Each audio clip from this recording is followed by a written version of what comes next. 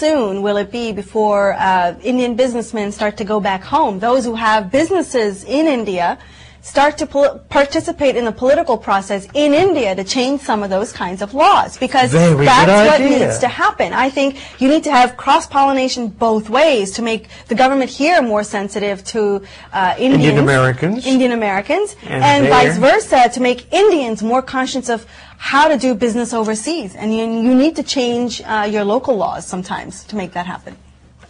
How many of you have heard of Raj Thackeray? He is a political player in the state of Maharashtra, and he's been in the news really for being quite controversial.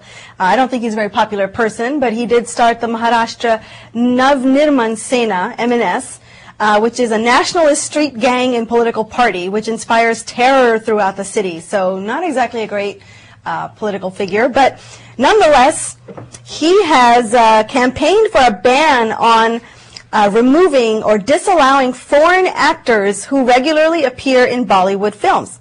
Specifically, he's talking about those item numbers. You know, the item numbers in movies where there's always a center stage girl, but behind that girl, there can be up to 50 Bollywood dancers. Yeah.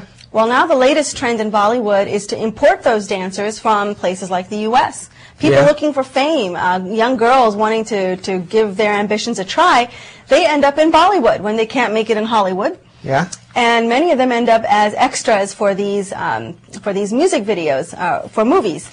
And, you know, what I find appalling about the whole thing, so he passes a ban, he wants to disallow those foreign actors, and of course there's people now who are, you know, up in arms against Raj Thackeray for this kind of a ban.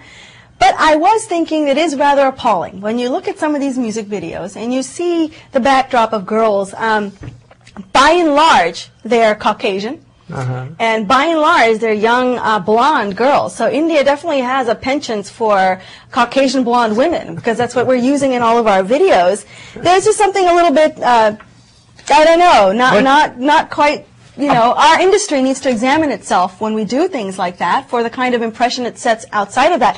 I don't think Raj Thackeray was being quite so puristic in his intent.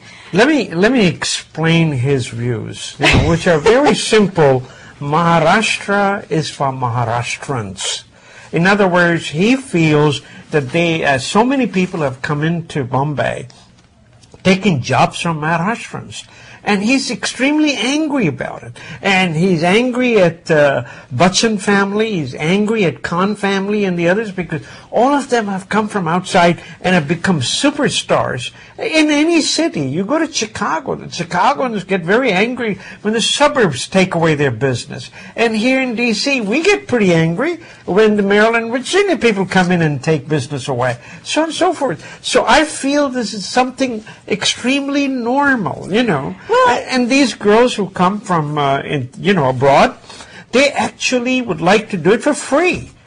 Taking away the money from the Maharashtrian girls who used to dance.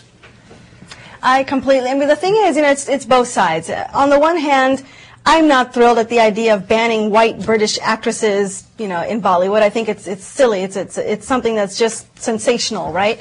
But on the other hand, if you look at the practice of just going after one demographic to please the rest of the country, I don't know, as someone of Indian descent, if I have to support or watch a Bollywood movie where, you know, I have to explain to the person next to me why we only use blonde white women in our videos, I'm embarrassed. I have to, you know, I have to somehow defend myself against, you know, the obvious impression that makes.